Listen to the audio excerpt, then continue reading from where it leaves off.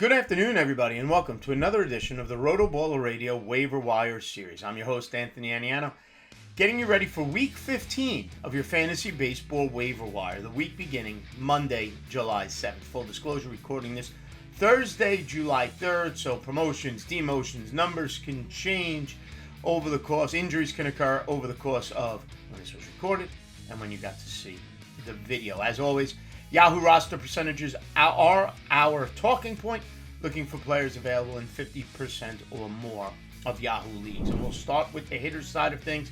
Jurickson Profar of the Atlanta Braves comes off his 80-game PED suspension. Sits right at the cusp of that 50% rostership. He sits at 45%.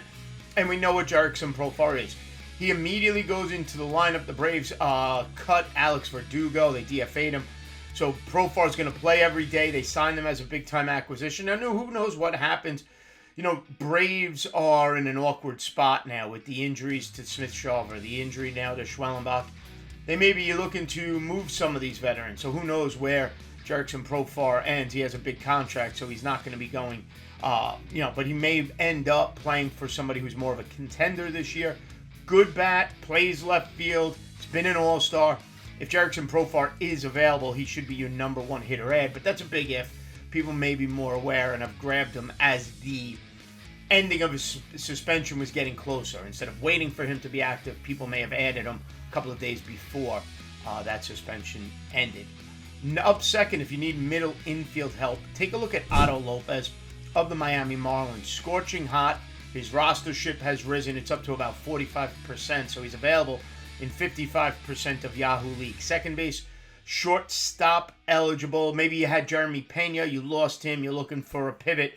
Otto Lopez over the last 14 days is hitting .354, 2 home runs, 15 of his 40 RBIs over the last 14 days, 1 stolen base. Marlins playing red-hot baseball, 3rd place in the National League East, and if the Mets don't figure their stuff out, the Marlins may very well end up passing them as well in the standings.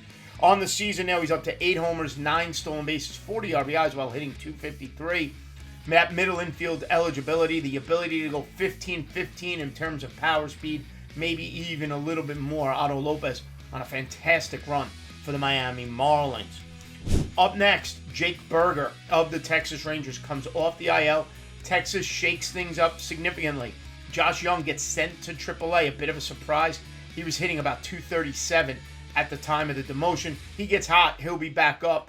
Kind of similar to what the Mets have done with Francisco Alvarez and other teams have done with their struggling youngsters. Burger, we know the good, we know the bad, we know the ugly with Jake Burger. I'm not telling anything you don't know.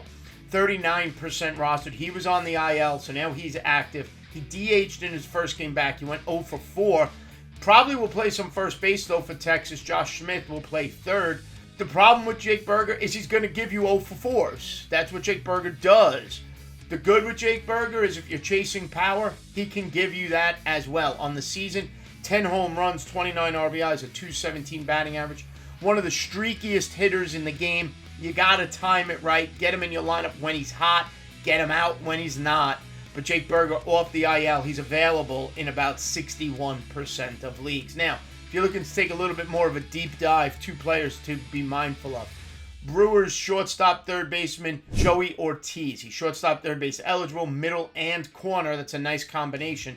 Joey Ortiz is available in 93% of Yahoo leagues. He had a grand slam the other day against the Mets. On the season, it doesn't look overly pretty. 208, 6 homers, 26 RBIs, 9 stolen bases. You're saying, Anthony, why are you recommending somebody who's hitting 208? Well, over the last 14 days, his season may very well be turning around. He's hit .304 over the last 14. He's got 4 of his 6 home runs over the last 14 days.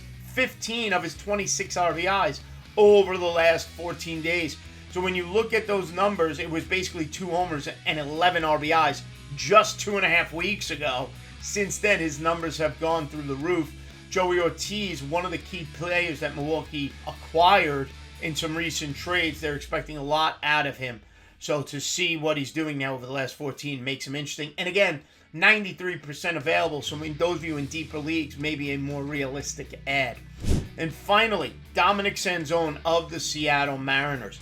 98% available, comes back, and he's flashing some power. He's played 22 games this year for the Seattle Mariners. Over on the season, 5 home runs in those 22 games. Over the last 2 weeks, 4 of those 5 home runs while hitting .278 with 4 RBIs, 4 solo shots. He's only got 8 RBIs on the season. He's got 5 home runs on the season, .258. He's playing right field and hitting 7th against right-handing pitching, so he's got the strong side of the platoon for the Seattle Mariners. Now, just a quick stat on Dominic Sanzone. Last year, he hit .196 with a 28% strikeout rate. This year, like I mentioned, he's hitting .258, and the improvement in the strikeout rate is significant, from 28% strikeout rate to 13%, a 15% decrease in strikeout rate. I would have been happy if it went from 28 to 23, but to go down to 13, it is something to be mindful of. He's flashing some power on, like I said, on the strong side of the lefty-righty platoon, and available in 98% of leagues. In deeper leagues I'm in, I have already added Dominic Sanzone. Like, I think in Tout Wars is one of the spots where I added him. Now, on the pitching side of things, a couple of starters to be mindful of. Ryan Nelson of the Arizona Diamondbacks, 36% available. I believe I mentioned him a week or two ago as well. 18 strikeouts in his last 17 and a third innings with a 2.08 ERA and a 0.69 whip. 1 win over those last 14 days. On the season now, 59 strikeouts, 67 and a third, a 3.61 ERA, and a whip that's very good, 1.02. Now, he has his start Saturday, July 5th against the Kansas City Royals, and then next Thursday, the 10th of July, at the San Diego Padres. He's pitching some of the best baseball of his career, as Ryan Nelson, and his K rate over his last 17 and a third is better than it has been as a whole over the course of the entire season. Staying in Arizona, the veteran, Eduardo Rodriguez. Forget about the overall numbers and look at the microcosms over the last 2 weeks and the last month. Eduardo Rodriguez, 36% rostered. It makes him 64% available. It's essentially the same as Ryan Nelson. I'll prefer Eduardo Rodriguez over Ryan Nelson, to be honest with you. Over the last 14 days, 20 strikeouts in 16 innings pitched. The reason I like him over Ryan Nelson is that better strikeout rate. The ERA over the last 14 days, 1.13. The whip, 1.44. Walking batters here and there with a win. Now, expand that 2 weeks a little bit bigger and look at the last month for Eduardo Rodriguez. 28 strikeouts in 27 and a third innings, an ERA of 1.98, and he's got 2 wins over that period. That's why I say forget about the season. First of all, that last month, those 27 and a third innings, those are 5 starts. Okay, those are his 5 starts. So his last 5 starts, it's a 1.98 ERA, 28 Ks, 27 and a third. It allows me to forget about that ERA on the season, which is over 5. He missed most of last year. This year early was a struggle. The last month has been very good. I may have gotten lucky. In Tout Wars, I drafted Eduardo Rodriguez very, very late. He struggled mightily. I actually tried to drop him, but anybody I tried to drop him for, I didn't place enough fab bid on. So Eduardo Rodriguez stayed on my team, and now he's back in my lineup because he's pitching well. He would have been claimed back by somebody in Tout if I had dropped him. His next 2 starts, it's similar to Ryan Nelson's. Pitches on the 4th of July against Kansas City, and then Wednesday, the 9th of July at the San Diego Padres. One other starting pitcher to mention, or 2 more starting pitchers to mention. Eduardo Cabrera of the Miami Marlins, 35% available, rostered, so he's available in 65% of leagues. 17 strikeouts in his last 18 and 2/3 innings with a 1.45 ERA and a 0.75 whip. Again, Marlins playing very good ball. Be mindful of what's happening down in Florida. 75 strikeouts for Cabrera in 71 and a third with a 3.41 ERA. 2 starts, Sunday, July 6th at the Milwaukee Brewers, Friday, the 11th of July, and I like this matchup, at the Baltimore Orioles. Now, a couple of other pitchers to be mindful of. Youngsters in deeper formats you may want to grab. First, keep an eye on Emmett Sheehan. He has not been promoted by the Dodgers. He pitched well, if you remember, and then the Dodgers sent him down. There's a chance he may get called back up for a couple of starts next week. Check it out. If he does, he's worth the ad. Any pitcher for the Dodgers is. Another pitcher in the deepest of formats you want to take a look at, maybe in Atlanta with Hurston Waldrep. 1% roster, 99% available. He's essentially coming in, supposedly, according to Fangraphs and other reports, Hurston Waldrop could be coming up to replace Schwellenbach with the fractured elbow. Schwellenbach may be out for the year. We don't know what's going to happen with him. Now, his minor league numbers, there's good and there's bad, and Waldrop's only about 23 years old. He's one of their top prospects in the Atlanta system, and that is a pitching system that you've grown to trust over the years. Over 9 strikeouts per 9 innings at AAA.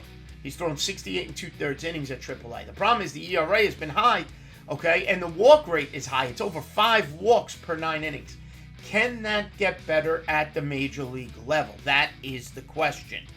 If he gets called up, okay, his scheduled starts would be Saturday the 5th against the Baltimore Orioles, okay, and then on Friday, July 11th, he potentially has a start against the St. Louis Cardinals. 99% available. Monitor the situation. If those other players I mentioned, Nelson, Cabrera, Rodriguez, are all rostered, Emmett Sheehan, Hurston Waldrop could be available and could help you with potential starts next week. Finally, if you're looking for saves, take a look at Ronnie Enriquez. Again, Miami Marlins. That closer situation has been in flux. Calvin Fulcher has gotten saves. However, Ronnie Enriquez is striking out close to 33% of the batters he is facing. He's got an ERA of 2.85. He's got 4 saves on the season, 3 of which over the last 2 weeks, 2 of which over the last week. So Miami could be moving to a closer committee based on matchups, or Enriquez can be taking this job and running with it. He's been the best reliever in that Miami Marlins bullpen. So to recap, my top hitter ads for Week 15 of the fantasy baseball season: Jerickson Profar, Otto Lopez, Joey Ortiz, Jake Berger, and Dominic Sanzone. And my top pitching ads of the week: Ryan Nelson, Eduardo Rodriguez, Edward Cabrera, Emmett Sheehan, Hurston Waldrop, and Ronnie Enriquez. As always, everybody, thanks for watching. Head over to rotoballer.com, sign up for any of the premium packages. Use the promo code ACES to save at checkout. Like and subscribe right here to the RotoBaller YouTube channel. Download the app. It's completely free. Everything online right there on the app. And give me a follow on X at Aniano Fantasy. Thanks for watching, and we'll see you next time right here on RotoBaller Radio.